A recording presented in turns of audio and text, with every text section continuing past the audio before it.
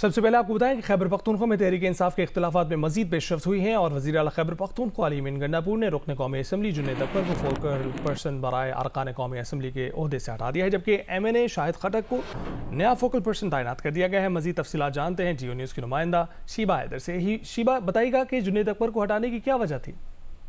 जी, खैबर पख्तूनख्वा के डी-नोटिफाई वज़ीर शकील खान के हक में बयान देने पर पाकिस्तान तहरीक इंसाफ के रुकन कौमी असम्बली जुनैद अकबर को महंगा पड़ गया है और इसी सिलसिले में वज़ीर आला ने जुनैद अकबर को फोकल पर्सन बराए अरकान कौमी असम्बली के ओहदे से हटा दिया है, जबकि उनकी जगह MNA शाहिद खटक को नए फोकल पर्सन तैनात कर दिया गया है। शाहिद खटक खैबर पख्तूनख्वा हुकूमत और PTI अरकान के दरमियान राब्ता कायम रखेगा। जुनैद अकबर ने काबीना से बरतरफ वज़ीर शकील खान के हक में बयान दिया था। जुनैद अकबर के मुताबिक शकील खान को हटाने के तरीक़ेकार से इख्तिलाफ रखता हूँ।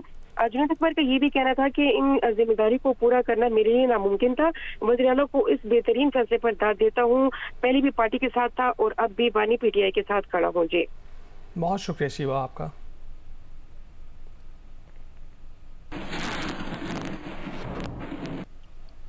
और खैबर पख्तूनख्वा के साबिक सूबाई वज़ीर शकील खान का सूबाई गुड गवर्नेंस कमेटी को जमा कराया जाने वाला तहरीरी बयान मंजर-ए-आम पर आ गया है। तहरीरी बयान में शकील खान ने वज़ीर आला अली अमीन गंडापुर पर करप्शन के इल्ज़ामात का जिक्र किया है। शकील खान ने तहरीरी बयान में लिखा है कि सेक्रेटरी कम्युनिकेशन एंड वर्क्स ने उन्हें ठेकों की मद में 20 करोड़ रुपए वज़ीर आला अली अमीन गंडापुर को देने का बताया। शकील खान के मुताबिक उन्होंने 31 जुलाई को बानी PTI से मुलाकात में तमाम हक़ाइक़ उनके सामने रखे। तफसीलात जानने के लिए हमने रब्ता किया है जियो न्यूज़ के नुमाइंदे अबू बकर सदीक से। अबू बकर, बताइएगा शकील खान के इस खत की क्या तफसीलात हैं?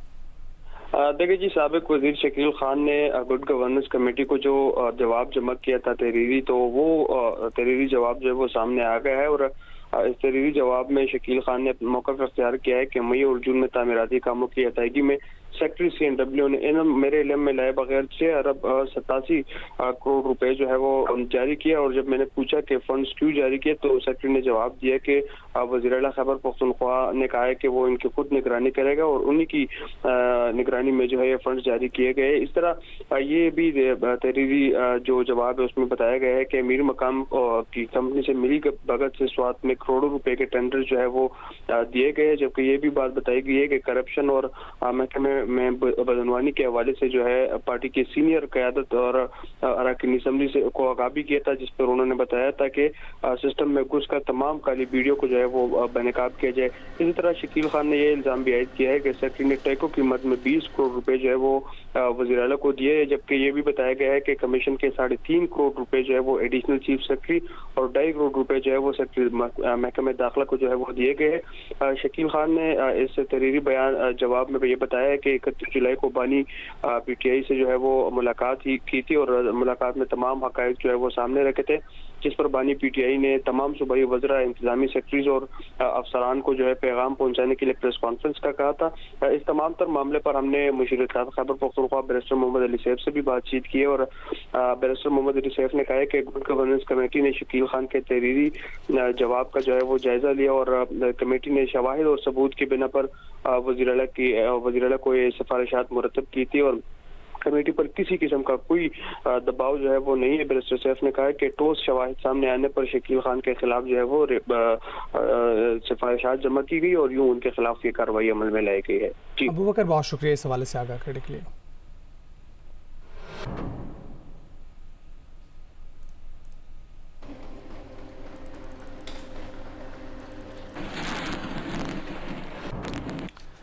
अब आगे बढ़ते हुए आपको बताएं कि वफाकी वज़ीर इत्तलात तारड़ ने कहा है कि बानी PTI इंतशार की साजिश के सरगना थे। सहूलतकारी जनरल फैज़ और उनके साथियों की थी। तहरीक इंतशार के जो चेयरमैन हैं इमरान अहमद न्याजी साहब, उन्होंने इस मुल्क के अंदर इंतशार की सियासत की, तकसीम की सियासत की, नफ़रत की सियासत की। ये तमाम तर इस साजिश का सरगना इमरान न्याजी था और उसकी सहूलतकारी जनरल फैज़ और उनके जो बाकी साथी हैं वो कर रहे थे। तो ये एक सियासी गठजोड़ था बानी चेयरमैन PTI की क़यादत में, जिसके साथ लिंक था जनरल फैज़ का और बाकी अफसरान का और बाकी कुछ इसमें और इदारों के भी लोग शामिल हैं। और देखिए ये दायरा कार बढ़ेगा, चाहे कोई साकिब हो, कोई निसार हो, ये मामलात आगे चलेंगे। स्पीकर पंजाब असम्बली मलिक मोहम्मद अहमद खान ने कहा है कि फैज़ हमीद की गिरफ्तारी गैर मामूली बात है। जामे तहकीकात होंगी तो बानी PTI फैज़ हमीद और साकिब निसार का गठजोड़ सामने आ जाएगा। लाहौर के पार्क में शजरकारी मुहिम के मौके पर बात करते हुए मलिक अहमद खान ने कहा कि 9 मई को बगावत हुई थी, बागियों को हर सूरत सज़ा मिलेगी।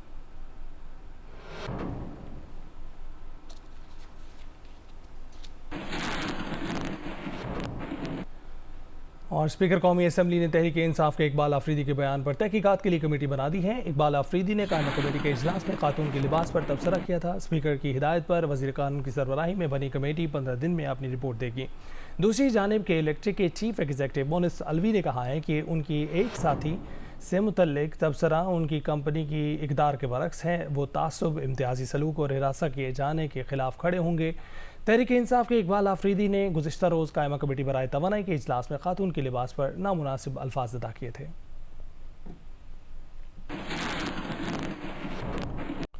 सिंध और खैबर पख्तूनख्वा हुकूमत अवाम को बिजली बिलों में फौरी रिलीफ नहीं दे सकेगी। सिंध हुकूमत के तर्जुमान मुर्तज़ा वहाब और KP के मुशीर ख़जाना मुज़म्मिल असलम ने हाथ खड़े कर दिए। जियो न्यूज़ के प्रोग्राम ने पाकिस्तान में मुशीर हुकूमत सिंध और मेयर कराची मुर्तज़ा वहाब ने कहा है कि सिंध की आवाम को 2 माह का रिलीफ देने पर 10 अरब रुपए का खर्चा आएगा। खैबर पख्तूनख्वा हुकूमत 2 माह का रिलीफ दे तो उसका 8 अरब और बलूचिस्तान हुकूमत का 1 अरब रुपए का खर्चा आएगा, मगर हमारी हुकूमत दिखावे और लॉलीपॉप पर यकीन नहीं रखती। मुज़म्मिल असलम बोले कि खैबर पख्तूनख्वा और सिंध सस्ती बिजली पैदा करते हैं, महंगी बिजली पंजाब में पैदा होती है। पंजाब हुकूमत ने 2 माह का रिलीफ दिया, उसके बाद बिजली फिर महंगी हो जाएगी। गालिबन पंजाब हुकूमत कोई 45 अरब रुपए रिलीफ की मद में अगले 2 माह में खर्च करेगी। अगर सिंध हुकूमत भी ये फैसला करती है तो 10 अरब रुपए की इम्प्लिकेशन सिंध हुकूमत के ऊपर आती है। खैबर पख्तूनख्वा करती है तो 8 अरब उनके ऊपर आती है और तकरीबन कोई 1 अरब के करीब बलूचिस्तान हुकूमत के ऊपर आती है। तकरीबन कोई 64 अरब रुपए का खर्चा है जो कि 2 माह की रिलीफ देगा और 2 माह के बाद अवाम फिर उसी परेशानी में मुब्तला हो जाएंगे। तो मैं ये समझता हूँ कि बेहतर ये होता कि बजाय इसके हम कोई शॉर्ट टर्म अरेंजमेंट के ऊपर जाएं, आवाम को कोई शॉर्ट टर्म रिलीफ दें, लॉन्ग टर्म बेसिस के ऊपर अगर हम रिलीफ दें तो ज्यादा बेहतर होगी। ये 375 रुपए फी कस फी महीना बनता है और 2 महीने के बाद क्या होगा, अप्रैल मई जून जुलाई ये 3 जो है ना पीक बिजली के महीने के बिल होते हैं। अगस्त सितंबर तो वैसे ही ठंडा होता है और 375 रुपए से मुझे एक बात बता दें कि कितनी गुर्बत कम होगी, कितना रिलीफ कम होगा फी बंदे का। अच्छा। तो एक लॉन्ग टर्म देना, ये तो सिर्फ ऑप्टिक्स है। और बिजली कंपनियों ने सार्फिन की जेबों से 46 अरब 99 करोड़ रुपए निकलवाने की तैयारी कर ली है। कैपेसिटी चार्जेस, ट्रांसमिशन लॉसेज, लाइनों की मरम्मत, सिस्टम के इस्तेमाल की फ़ीस के लिए पैसों की दरख्वास्त की गई है। समात नेपरा 26 अगस्त को करेगा। इतलाक के इलेक्ट्रिक पर भी होगा इजाफा। पिछले माली साल के आखिरी से माही एडजस्टमेंट के तहत मांगा गया है। बिजली कंपनियों ने कैपेसिटी पेमेंट्स की मद में 22 अरब 86 करोड़ रुपए, ऑपरेशन एंड मेंटेनेंस की मद में 4 अरब रुपए, यूज़ ऑफ सिस्टम और मार्केट ऑपरेटर फीस की मद में 7 अरब 51 करोड़ रुपए मांगे हैं। 10 अरब 80 करोड़ रुपए ट्रांसमिशन एंड डिस्ट्रीब्यूशन लॉसेस की मद में तलब किए गए हैं।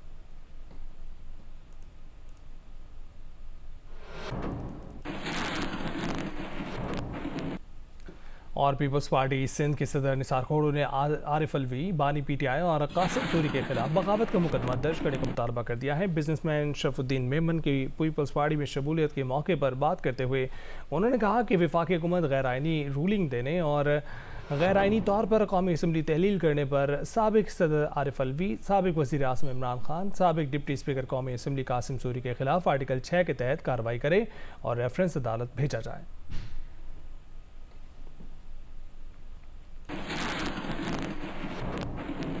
अडयाला जेल के सुपरिटेंडेंट ने सिक्योरिटी वजूहात पर बुशरा बीबी को 9 मई मुकदमात के लिए जेल में लगी अदालत में पेश नहीं किया।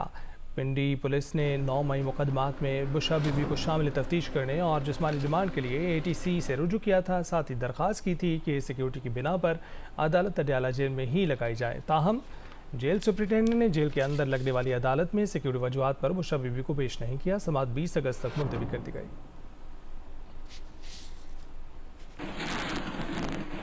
यहाँ आपको बताएं कि सिंध, पंजाब, बलूचिस्तान और खैबर पख्तूनख्वा के मुख्तलिफ इलाकों में मुसद्दल बारिशों से सैलाबी सूरत हाल है और बरसाती नदी नालों में तुग़यानी आ गई है। आबी रैलों से फसलों और कच्चे घरों को नुकसान पहुँचा है। फैसलाबाद, नारोवाल और रहीम यार खान में मुख्तलिफ हादसात में 8 अफराद जाँ बहक हुए। मुल्क के मुख्तलिफ इलाकों में बारिशों से सैलाबी सूरत हाल बरकरार है। जनूबी वजीरिस्तान में शदीद बारिश के बाद सैलाबी रेलों ने तबाही मचा दी। सैलाबी रेला जंडोला बाजार में दाखिल हो गया। ज़रूरी ज़मीनों को भी नुकसान पहुंचा। तूफानी बारिश से वाना गोमल जाम रोड लैंड स्लाइडिंग के बायस कई मुकामात पर बंद हो गया। खैबर में बारिश के बाद बरसाती नालों में तोगयानी आ गई। लंडी कोतल और बालाई इलाकों में बारिश के बाद पाक अफगान शाहराह पर ट्रैफिक मुतासर है। चमन में सैलाबी रेलों और आंधी से दर्जनों मकानात और सोलर सिस्टम को शदीद नुकसान पहुंचा है। मरकजी रेलवे ट्रैक भी रेले में बह गया। दीवारें और सोलर पैनल्स गिरने से 10 अफराद जख्मी हो गए। तोबा चकजई, तोबा काकड़ी, किला अब्दुल्ला, पशीन, जियारत में सैलाबी रेलों से फसलें ज़ेरे आब आ गईं। नोशकी में सैलाबी रेले से खिजार पुल टूट गया। पाक ईरान रेलवे ट्रैक मुतासर होने से रेलवे राब्ता मुनक़ता हो गया। पंजाब के मुख्तलिफ अजला में जारी बारिशों से नशेबी इलाके और सड़कें ज़ेरे आब आ गईं। मुतादिद इलाकों में पानी घरों में दाखिल हो गया। राजनपुर और डीजी खान के कोहे सुलेमान के पहाड़ी इलाकों में भी मूसलाधार बारिश जारी है, जिसके बाद नदी नालों में तोगयानी है। जैकबाबाद गढ़ी खैरों के करीब ताजा शाख नहर में 70 फीट चौड़ा शिगाफ पड़ने से धान की फसल ज़ेरे आब आ गई। उधर दादू में कीरथर पहाड़ी सिलसिले में मूसलाधार बारिश जारी है। गाज नदी में पानी की सतह में इजाफा देखा जा रहा है।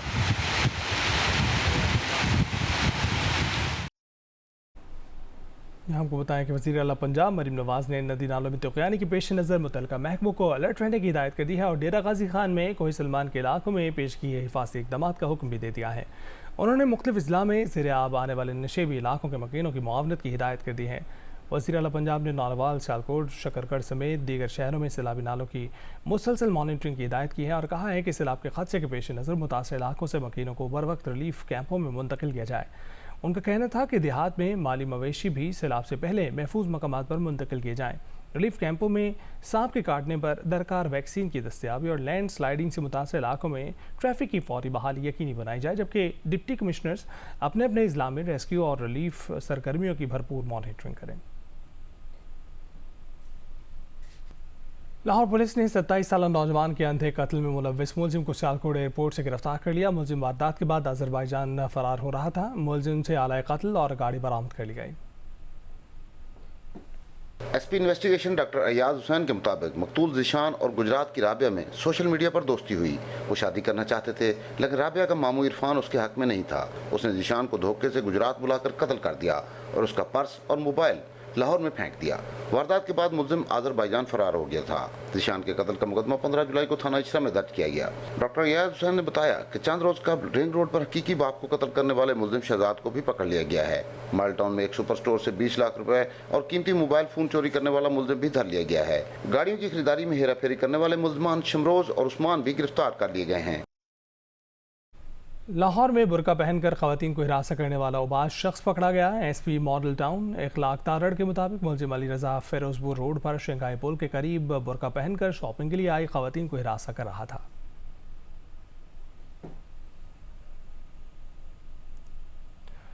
और कराची एयरपोर्ट पर आवारा जानवरों और परिंदों को मारने पर मामूर शूटर ने मंशियात पकड़ने वाले कीमती कुत्ते को आवारा कुत्ता समझकर गोली मार दी। कुत्ता एंटी नार्कोटिक्स फोर्स के अमले की लापरवाही के बायस पिंजरा खुला रहने से भागकर रनवे पर आ गया था। कंट्रोल टावर ने रनवे और टैक्सी वे की तरफ भागते कुत्ते की निशानदेही की, जिस पर शूटर ने निशाना बना दिया।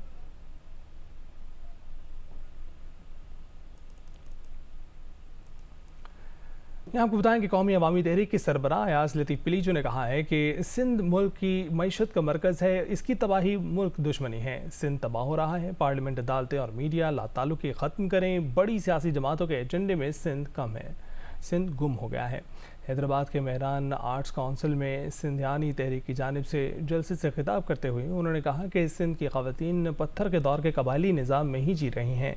पाकिस्तान के हुक्मरानों ने सिंध को पट्टे पर लिखकर बेटी ठेकेदार को दे दी है कि उन्हें पंजाब और खैबर पख्तूनख्वा में ना छेड़ो, सिंध में जो चाहे करो। लतीफ़ पिलीजो ने कहा कि पंजाब में बिजली पर आवाम को रिलीफ मिल रहा है। सिंध में 16-18 घंटों की लोड शेडिंग से आवाम का बुरा हशर हो चुका है। उनका कहना था कि पाकिस्तान के हुक्मरानों ने सिंध की बादशाहत आसिफ जरदारी को लिख कर दे दी है। सिंध में हुकूमत कहाँ है?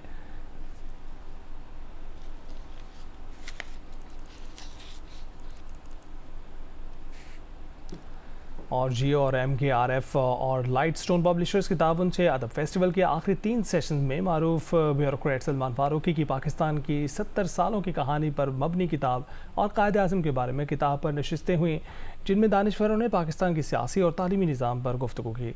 लाहौर से इरफान नज़ीर की रिपोर्ट देखते हैं। जियो, MKRF और लाइट स्टोन पब्लिशर्स के ताउन से अदब फेस्टिवल के चौथे सेशन में साबिक ब्यूरोक्रेट सलमान फारूकी की किताब डियर मिस्टर जना पर नशिस्त हुई। इस मौके पर मरूफ सहाफ़ी मुजीबुर रहमान शामी का कहना था कि हम मुसलसल खाना जंगी में मसरूफ़ और एक दूसरे के खिलाफ बरसरे पेकार हैं। पाकिस्तान के आइन को कब तक तोड़ते रहेंगे। चौधरी इफ़्तिखार हसन का कहना था कि हमने रियासत के मकासद बदलने हैं। रियासत के 9 बच्चे गरीब और एक लाडा बच्चा अशराफिया है। शकील दुरानी, डॉक्टर अमजद साकिब, कामरान अशारी और शान जफ़र ने भी इस सेशन से खिताब किया। मैं समझता हूँ कि इस सवाल का जवाब हमें देना चाहिए और मांगना भी चाहिए अपने मुख्तसर हलकों से कि पाकिस्तान जो है, जो आईन है उसको कब तक हम नज़रअंदाज करते रहेंगे, कब तक उसको तोड़ते रहेंगे। यहाँ रियासत के 2 बच्चे हैं, बल्कि शायद 10 बच्चे हैं, तो उनमें से 9 जो है वो फर्श पे सोने वाले और 10वां एक माँ का लाडला है और वो हम अशराफिया। पेज एंड पीपल सेशन से खिताब में माहिर तालीम नसरीन महमूद कसूरी का कहना था कि हम 3 तरीके तालीम से 3 कौमें पैदा कर रहे हैं और अभी तक यकसा ज़रिया तालीम का फैसला नहीं कर सके। डॉक्टर फैसल बारी का कहना था कि काश तालीम का टीका कौम को लगाया जा सकता। 3 करोड़ बच्चे स्कूलों में नहीं जाते। We are right now educating 3 different nations. I mean, there are 3 different groups of people who don't see eye to eye on anything. So that's one huge issue that we need to address. जना-ए-लाइफ किताब पर भी session हुआ। मुसन्निफ यासिर सिफ हमदानी का कहना था कि कायदे-ए-आज़म जमहूरी जद्दोजहद पर यकीन रखते थे और वो मजहब को इंसान का ज़ाती मामला ख्याल करते थे। कैमरामैन ख्वाजा अमर के साथ इरफान नज़ीर, जियो न्यूज़, लाहौर। और सक्खर में हल्की और तेज़ बारिश का सिलसिला जारी है, जिसके बायस बेशतर नशेबी इलाके ज़ेर आब आ चुके हैं। कमिश्नर सक्खर के मुताबिक जारी स्पेल में 82 जबकि मजमूई तौर पर 180 मिलीमीटर से ज़ायद बारिश रिकॉर्ड की गई है। मज़ीद बता रहे हैं हमारे नुमाइंदे यासिर फारूकी। जी बिल्कुल, वैसे तो गुज़िश्ता रात से सक्खर में हल्की और तेज़ बारिश का सिलसिला जारी है। आज शाम 5 बजे से जो स्पेल शुरू हुआ था वो इस वक्त भी जारी है। इसमें कभी तेज़ और कभी हल्की बारिश होती रही है। नशेबी इलाके जो हैं वहाँ कई फुट पानी खड़ा हुआ है। कमिश्नर सक्खर मुख्तलिफ इलाकों का दौरा कर रहे हैं। फैयाज अब्बासी से जानते हैं ये सक्खर में 180+ मिलीमीटर जो है वो बारिश रिकॉर्ड हुई है और अभी जो स्पेल लास्ट स्पेल है इसमें अराउंड 82 मिलीमीटर बारिश यहाँ पे रिकॉर्ड हुई है। क्योंकि ये कंटिन्यूस चल रहे हैं स्पेल्स, तो हमारी पूरी कोशिश है कि हमारे pumping stations round the clock काम करें और हम कोशिश करें कि पानी जो है वो इससे ना करे। अर्बन फ्लडिंग से बचने के लिए commissioner Sukkur, deputy commissioner Sukkur की निगरानी में पूरा ऑपरेशन जारी है। मुख्तलिफ इलाकों में जो पंपिंग स्टेशन है वहाँ के दौरे किए जा रहे हैं। हंगामी बुनियादों पर यहाँ से पानी निकालने के लिए इकदाम किए जा रहे हैं। इस वक्त भी यहाँ पे बारिश का सिलसिला जारी है और सक्खर और मुज़फ़्फ़राती इलाकों में हल्की और तेज़ बारिश का सिलसिला जारी है। इंतज़ामिया की जानिब से निकासी आग के लिए ऑपरेशन जारी है। कमिश्नर सक्खर डिवीजन फयाज अब्बासी के मुताबिक बरसात के जारी स्पेल में 82 मिलीमीटर बारिश रिकॉर्ड हुई है। सिंध में सबसे ज़्यादा बारिश सक्खर में रिकॉर्ड की गई है। उन्होंने बताया कि सक्खर में अब तक मजमूई तौर पर 180 मिलीमीटर से ज़ायद बारिश रिकॉर्ड की गई है। इंतज़ामिया की कोशिश है कि बारिश रुकते ही पानी की फौरी निकासी का बंदोबस्त किया जाए।